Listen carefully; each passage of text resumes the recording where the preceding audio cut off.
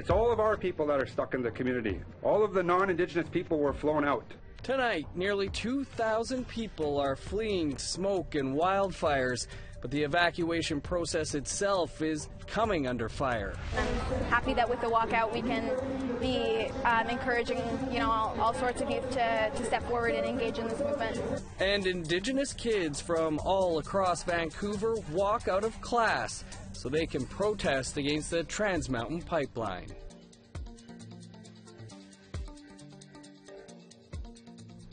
Good evening. Welcome to APTN National News. I'm Dennis Ward. People continue to flee wildfires in Manitoba. Canadian Red Cross says more than 1,800 people have been displaced from their homes in 4 First Nation communities in the province. Another 200 are expected to be evacuated by the end of the day. Many are now staying in hotels in and around Winnipeg. But as Ashley Branson reports, the evacuation effort itself is being criticized. Smoke and flames surround the fly-in community of Little Grand Rapids. The community is about 260 kilometers northeast of Winnipeg. People were staying at the school until it was time to evacuate. Wyatt Pascal was one of the community members that tried to put out the fire, and he recalls what he heard at the school. I don't know, just keep on hearing kids crying. They were hungry. There was no food and water in that place because the water shut off, the power went off. People from the community are emotional and feeling traumatized by everything that's happened.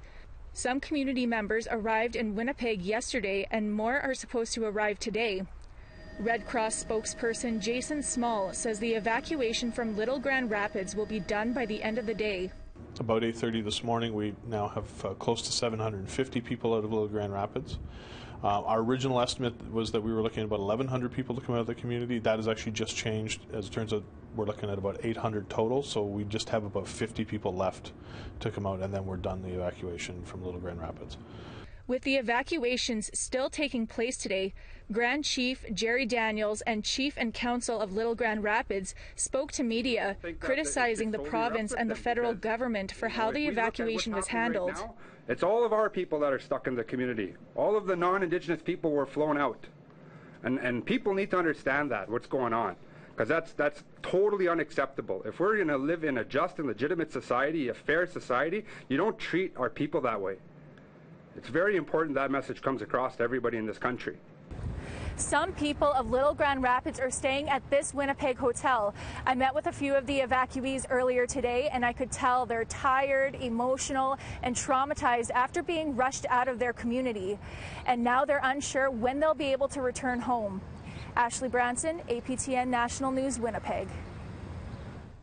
Still in Manitoba, the murder trial for the man accused of killing Simone Sanderson wrapped up this week in Winnipeg.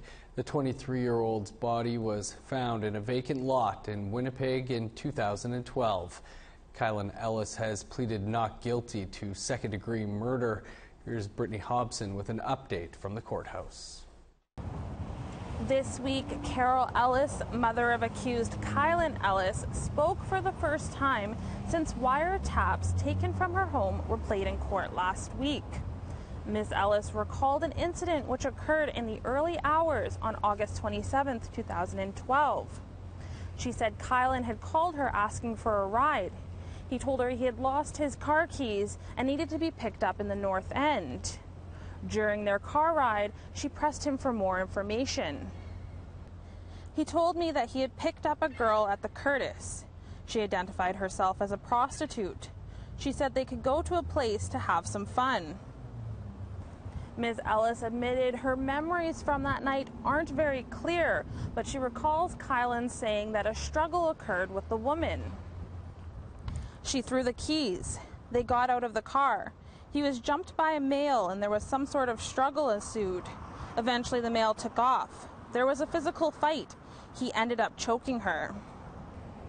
The defense asked Ms. Ellis if her son ever mentioned Simone Sanderson's name. She said no. The 23-year-old's body was found in a vacant lot in the North End on September 2nd, 2012. She was last seen in the area a week earlier. Surveillance footage presented in court showed Kylan Ellis in the area the morning of the 27th. Last week, court heard Miss Ellis confront her son about Sanderson's death in wiretapes taken from her home in 2016. I don't know why you're worried. Oh, really? You have really? nothing to be You took a worried. life, Colin. No, I did not. He was arrested a few days later on April 25, 2016. John Ellis, Kylan's father, also testified about a conversation he had with his son in 2014. I asked him, "What is going on?" He said, "I think I may have killed someone." He was out one night and a girl got into his car. During a drive to somewhere, she stole his keys and threatened him with a knife, or a knife was involved in some manner. A pursuit happened and he tried to get his keys back. During testimony this week, the court heard for the first time Kylan Ellis is a diagnosed schizophrenic. Both parents said they weren't entirely sure Kylan's story was true or a figment of his imagination. A forensic entomologist said she believes Sanderson died on August 27th, based off of the insects that were found on her body. Closing arguments are set for next week. Brittany Hobson, APTN National News, Winnipeg. And we would like to hear what you have to say about this or any other story. Here's how to contact us. Send an email to news at aptn.ca. Like our APTN National News Facebook page, follow us on Twitter at APTN News, or go to our website, aptnnews.ca. A new study is out on the health problems in Grassy Narrows in Northern Ontario, providing more evidence to support what the community has said all along. They're being poisoned by mercury. A comprehensive community health assessment was recently completed with the help of a Canadian mercury expert. Grassy Narrows residents have suffered from mercury poisoning for decades, but little has been done to help the community deal with this health crisis. A nearby paper mill dumped mercury into the river system over 50 years ago and continues to dump other toxic chemicals into the watershed today.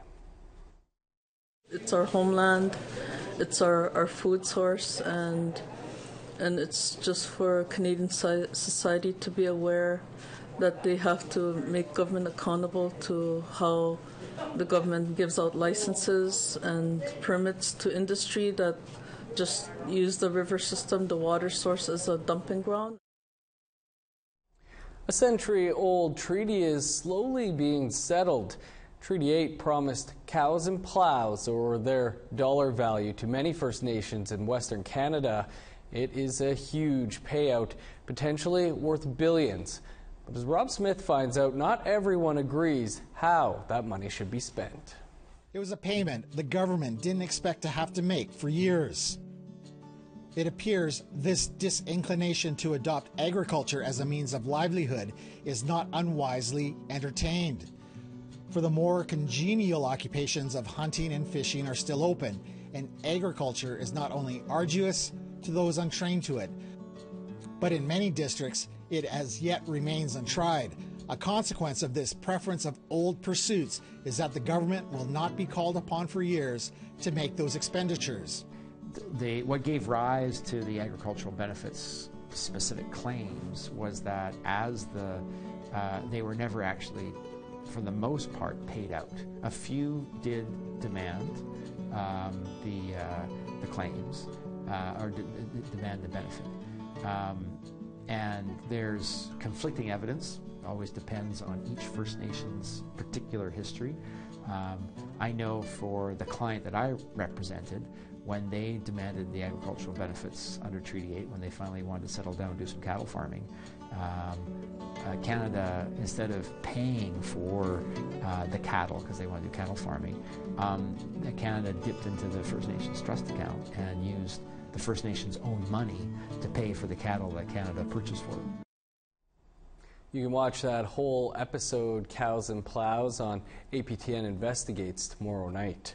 Time for a quick break, and then we'll take you to Vancouver, where students walked out of class.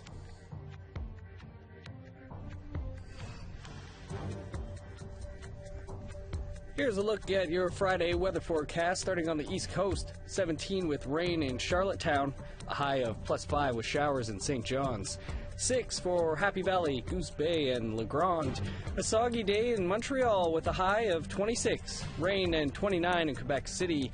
Sunny and 28 for Windsor and Sarnia. 30 in Toronto.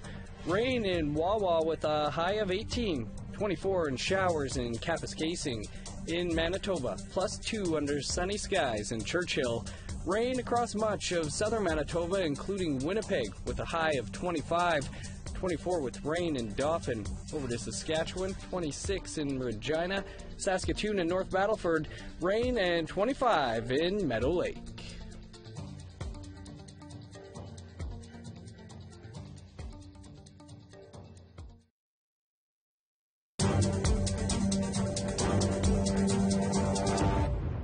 Welcome back. Premiers from across Western and Northern Canada met on Wednesday in Yellowknife. They discussed issues such as pharmacare, community justice, and cannabis. But it was the Trans Mountain Pipeline that remained the focus of questions. Our reporter Charlotte Mort-Jacobs has more. This is diluted bitumen, and it flows through the Trans Mountain Pipeline. For Alberta, tripling the flow of that pipeline equals cash. For British Columbia, it means risk. Pipeline or pipe dream? That was the main topic on the lips of politicians as they addressed media in this building behind me following the Western Premiers Conference. Alberta Premier Rachel Notley skipped the conference so she could focus on the pipeline. Deputy Premier Sarah Hoffman attended in her place. We came to talk about the $40 million a day that we are shipping south of the border because they are our only customer for our product today. And I want to say that all the initiatives around affordability, whether it's pharmacare, whether it's making life more affordable in the Lower Mainland, whether it's about having revenue to offset tolls on roads, that money has to come from somewhere. There are only 8 days left in the deadline Kinder Morgan has given Canada before the company could walk away from its $7.4 billion project. Now provinces are attempting to sue one another. BC Premier John Horgan wanted to bring the matter to the Supreme Court with Alberta government and federal government. If you have disagreement, the appropriate course of action is to use the courts. Alberta and the federal government declined to join with us, so we are at a lower court, the BC Court of Appeal, and there will be appeal opportunities for pro or con on the question of jurisdictions. Saskatchewan Premier Scott Moe also attended the meeting. He wants the federal government to greenlight the project. But the federal government should take the opportunity to engage all of those that are impacted positively by the construction of this project, as well as addressing the concerns that Canadians have with this project as well. So that if there is a Saskatchewan is the only jurisdiction in Canada that hasn't committed to the Pan-Canadian Framework on Clean Growth and Climate Change. The meeting ended with Alberta refusing to endorse the final communique because it did not support the pipeline. Charlotte Mort-Jacobs, APTN National News, Yellowknife. A walkout was held yesterday in Vancouver to oppose the Trans Mountain Pipeline, except this time it was the younger generation that wanted to be heard. APTN's Tina House has this story. This cell phone video was live streamed on Facebook as about 200 students from the Vancouver area walked out of their high schools to say no to Kinder Morgan's Trans Mountain Expansion Pipeline. Takaya Blaney was one of the organizers of the event. The Indigenous voice on this issue is very important, the youth voice on this issue is very important, and the Indigenous youth voice especially has a really big place in the conversation, and I'm happy that with the walkout we can be encouraging all sorts of youth to step forward and engage in this movement. And these youth are finding unique ways to express themselves. When I say our, you say future. Gathering youth from across Metro Vancouver. There are some youth that are participating in the interior, some youth that are participating in Toronto, and we are gathering here to stand in solidarity with the Squamish, Musqueam, and Tsleil-Waututh First Nations and show Justin Trudeau that we will not allow or we do not support a pipeline being constructed that will directly threaten our livelihoods and the climate. Meanwhile, at Kinder Morgan's Westridge dock in Burnaby, a group of residents calling themselves the Justin Trudeau Brigade presented Kinder Morgan with their own injunction, known as the People's Injunction. It's to stop construction on the Trans Mountain Pipeline. So we're delivering this injunction to you on behalf of many, many people who live in the neighborhood. If you happen to look at these signatures that we've collected, there are hundreds of people who have declared that they do not support this project. Okay. All right. And we're asking you to stop activity by May 31st, or we're going to come back and enforce it on June 1st. Thank you. Thank you. And that enforcement might be further blocking of traffic and other measures. It's an issue that's very close to my heart. The Kinder Morgan expansion project's sevenfold increase in tanker traffic would threaten the waters that my ancestors traveled in. So it's very important for me to ensure that these lands and waters remain protected for the following 7 generations to come. Tina House, APTN National News, Vancouver. Today was the start of the second session for Nunavut's 5th Legislative Assembly, and a controversial proposal from the previous assembly is back on the floor. Directly following last October's election, Nunavut's Power Corporation proposed one flat power rate for the territory. The third time they have proposed that since 2004. It would see Nunavut's power rate go up in more populated centres and drop in more remote communities. Premier promised to discuss it in Cabinet tomorrow, but wouldn't go any further. I cannot at this time say how it's going to turn, what the final results will be. But I just want to reassure the member that we will be talking about what the next steps will be on as to how the process will take place. There's a new character in the Marvel Comics universe, and she hails from Nunavut. More on Snowguard after the break, but first here's a preview of tonight's Nation to Nation. Hello, I'm Todd Lamarad, and here's what's coming up on Nation to Nation. Our political panel of MPs once again debates Kinder Morgan. This week, the NDP came out firmly against the pipeline expansion. As well, we hear from the Grand Chief of the Anishinaabe Nation about moving beyond the Indian Act. And Senator Mary Jane McCallum is our guest. The Cree Senator talks about her first 5 months on the job. That's right after the national news.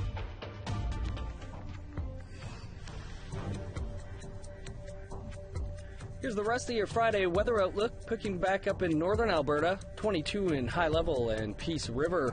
Sunny skies in southern Alberta, 30 in Medicine Hat, 29 in Lethbridge. Over to British Columbia, 27 in Penticton and Kamloops, 16 in Bella Coola. A rainy high of 11 in Prince Rupert, 10 in Dease Lake. In the Yukon, 11 in Beaver Creek, Whitehorse, and Watson Lake. Over to NWT, 21 in Fort Simpson, 20 in Wrigley. 1 below on Friday in Sax Harbor, +2 in Inuvik.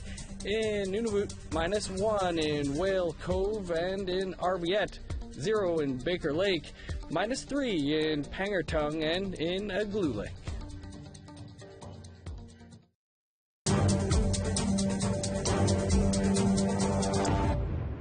Welcome back. A well-known Mi'kmaq leader from Cole Harbour, Nova Scotia, has moved on to the spirit world. Former Congress of Aboriginal Peoples National Chief Dwight Dorey passed away Thursday morning. Dorey was elected as National Chief in 2000 and served 4 terms over the years. His most recent post was held in 2015. Dorey was influential in helping CAP launch its legal case against Canada. 2016, the Supreme Court Daniels decision ruled that Métis and non-status Indians are Indians under the Constitution. Marvel Comics has hundreds of villains and superheroes, and a new character from Canada's Arctic is making her first appearance with Marvel. Beverly Andrews brings us the details. Amka Aliak is a new member of the Marvel Universe as part of the Champion series. From Pangerton, Nunavut, she is also known as Snowguard. Marvel writer Jim Zub wanted to create a character that celebrated Canada's North and Indigenous cultures. I kind of want to do a new Canadian hero, and if I'm going to do that, it would be nice to sort of represent a part of the country that hasn't been shown very much to people. So I thought it would be great to do an Indigenous character and someone from Nunavut. It's just something kind of different and a new kind of area and culture to explore on the pages of a superhero comic. The 16-year-old calls on the ancient Inuit power of Sila, which she uses to enhance her strengths and senses. She can adopt animal traits to change herself into a powerful hero. Nyla Inukshuk is from Aglulik, and Zub turned to her for help in getting the character right. Helping come up with her superpowers, her look, the town that she's from, and really kind of rooting her in reality of the Arctic. We first meet Snowguard in Champions issue number 19, which hit the stands in April. It's about a group of teen superheroes who don't just want to fight evil, but help communities and make people's lives better. They're teenagers, so they have different kind of priorities. A few of the members of the Champions kind of formed the team when they looked at what the adult superheroes were doing. Amka is just like any other teenager from the North. And because of her heritage, Snowguard's principles and powers are guided by Inuit myth and legend. It's really exciting to see such a great representation of a young Inuk woman. I feel like as Indigenous people, we just can't get enough positive stories about young women who are, powerful and strong and doing what they believe in, and in this case, like saving the world. You can follow Snowguard's adventures on comic book stands everywhere. Beverly Andrews, APTN National News, Toronto. Indigenous Awareness Week kicked off today at the Department of National Defence in Ottawa. A special celebration was held to honor First Nations, Métis, and Inuit culture. The event opened with a traditional drum song and prayer, followed by the grand entry of the Eagle staff and a brief history of Indigenous contributions to Canada's military. According to Lieutenant General Paul Winnick, events like this have been happening for the past 10 years. There's a rich history of service in the Canadian Armed Forces. In fact, it goes back to our first mission overseas. A little-known fact, the Nile expedition of 1884, fully 25% of the soldiers we sent on that were Indigenous. So that goes all the way back, like I said, from 1884, First World War, Second World War, to the great Indigenous soldiers we have serving today. Now to a black bear that was caught on surveillance video casually strolling a Nova Scotia town. Residents say it's the first time a bear has been spotted in downtown Truro, and the sightings have left them feeling a bit nervous. Police managed to track the bear down, and they watched it as it went into the woods. Police are advising anyone who sees a bear to call them or the Department of Natural Resources. Didn't look like he was causing any trouble. That is your APTN National News for this Thursday. For more, including a story about a family that vanished decades ago, visit our website, aptnnews.ca. Stick around, an all-new episode of Nation to Nation with Todd Lamarand is up next. I'm Dennis Ward. Have a great night. We'll see you back here tomorrow.